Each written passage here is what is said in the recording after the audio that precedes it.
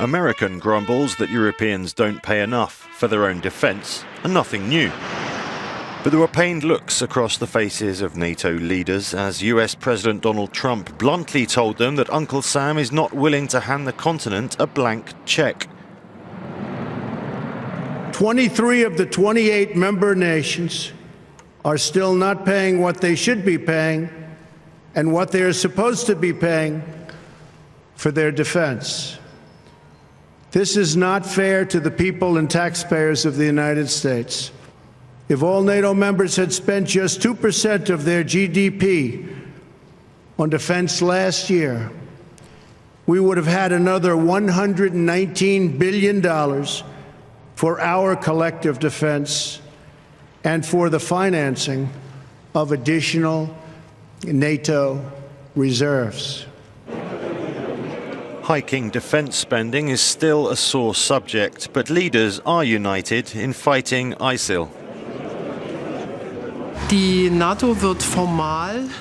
NATO will now also formally join the alliance against ISIL, said Angela Merkel. After all member states have done so, as well as the EU, I think this is a strong signal, but it's also clear this does not entail any further contribution by Germany beyond what we're doing at the moment. Diplomats quoted by the AFP news agency said France, Germany and Italy had opposed such a move, fearing they'd eventually have to put boots on the ground and risk souring ties with Arab nations.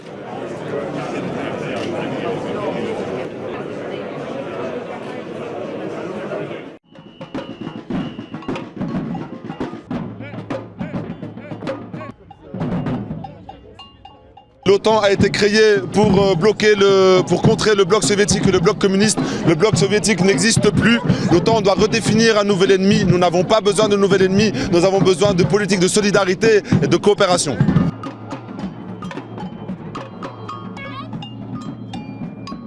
On est contre la politique qui est menée par Donald Trump. C'est une politique raciste, fasciste, et que je ne pense pas qu'en étant le premier président d'une grande démocratie, qui se veut être une grande démocratie, je précise plutôt, je ne pense pas que le message qui puisse passer soit un message de paix, de tolérance et d'ouverture.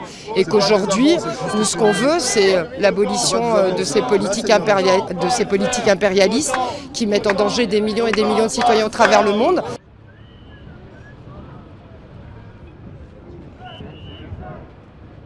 Remains at odds with Washington on issues such as climate change, trade and Russia. But he said the two sides are on the same page over Ukraine. Trump has had a fractious relationship with Europe since the campaign trail, voicing scepticism about the EU's value and hailing the UK's decision to quit the bloc.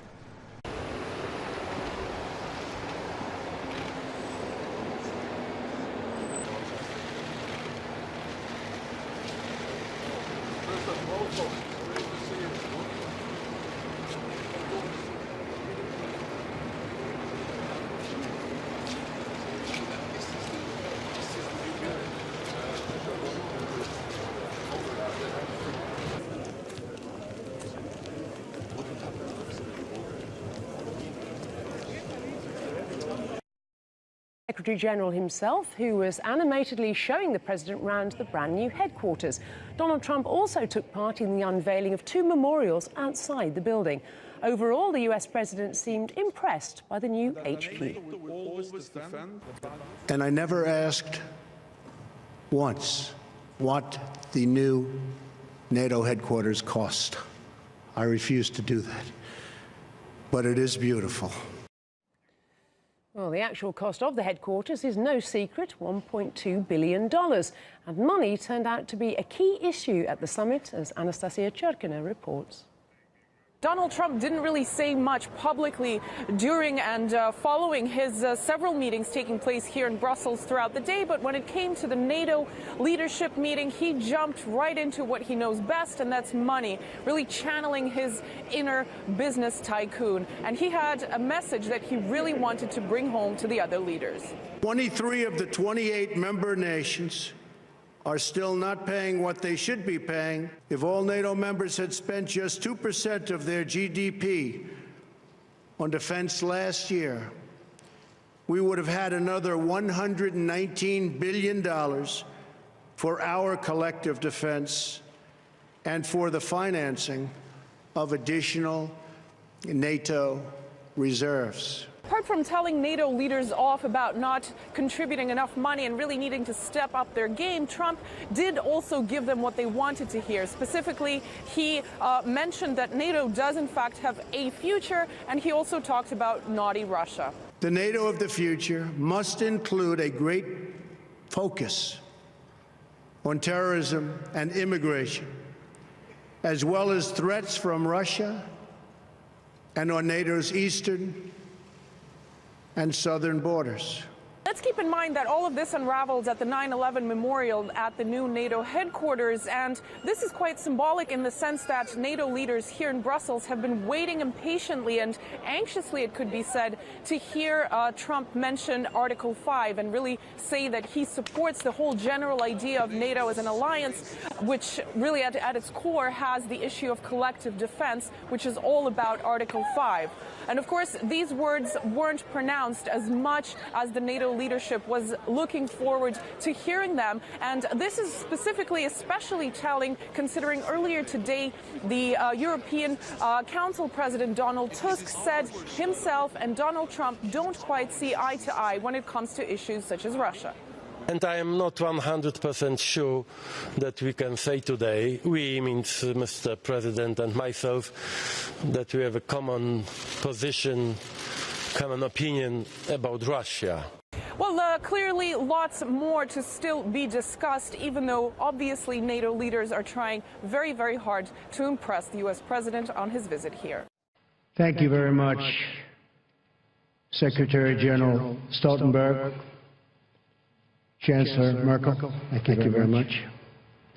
Other heads of state and government, I'm honored to be here with members of an alliance that has promoted safety and peace across the world. Prime Minister May, all of the nations here today grieve with you and stand with you.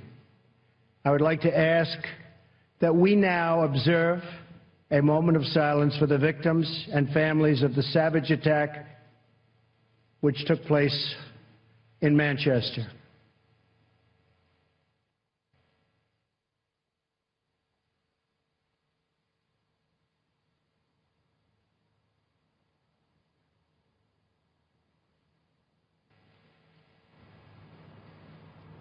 Thank you. Terrible thing. This ceremony is a day for both remembrance and resolve. We remember and mourn those nearly 3,000 innocent people who were brutally murdered by terrorists on September 11th, 2001. Our NATO allies responded swiftly and decisively, invoking for the first time in its history the Article 5 collective defense commitments. The recent attack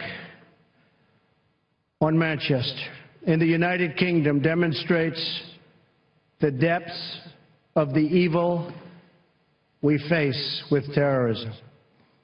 Innocent little girls and so many others were horribly murdered and badly injured while attending a concert, beautiful lives with so much great potential, torn from their families forever and ever. It was a barbaric and vicious attack upon our civilization. All people who cherish life must unite in finding, exposing, and removing these killers and extremists. And yes, losers. They are losers. Wherever they exist in our societies, we must drive them out and never, ever let them back in. This call for driving out terrorism is a message I took to a historic gathering of Arab and Muslim leaders across the region, hosted by Saudi Arabia. There I spent much time with King Solomon, a wise man who wants to see things get much better rapidly. The leaders of the Middle East have agreed at this unprecedented meeting to stop funding the radical ideology that leads to this horrible terrorism all over the globe. My travels and meetings have given me renewed hope that nations of many faiths can unite to defeat terrorism, a common threat to all of humanity. Terrorism must be stopped in its tracks, or the horror you saw in Manchester and so many other places will continue forever. You have thousands and thousands of people pouring into our various countries and spreading throughout, and in many cases we have no idea who they are. We must be tough, we must be strong, and we must be vigilant. The NATO of the future must include a great focus on terrorism and immigration, as well as threats from Russia and on NATO's eastern and southern borders. These grave security concerns are the same reason that I have been very, very direct with Secretary Stoltenberg and members of the alliance in saying that NATO members must finally contribute their fair share and meet their financial obligations. But 23 of the 28 member nations are still not paying what they should be paying and what they are supposed to be paying for their defense. This is not fair to the people and taxpayers of the United States. And many of these nations owe massive amounts of money from past years and not paying in those past years. Over the last 8 years, the United States spent more on defense than all other NATO countries combined. If all NATO members had spent just 2% of their GDP on defense last year, we would have had another $119 billion for our collective defense and for the financing of additional NATO reserves. We should recognize that with these chronic underpayments and growing threats, even 2% of GDP is insufficient to close the gaps in modernizing, readiness, and the size of forces. We have to make up for the many years lost. 2% is the bare minimum for confronting today's very real and very vicious threats. If NATO countries made their full and complete contributions, then NATO would be even stronger than it is today, especially from the threat of terrorism.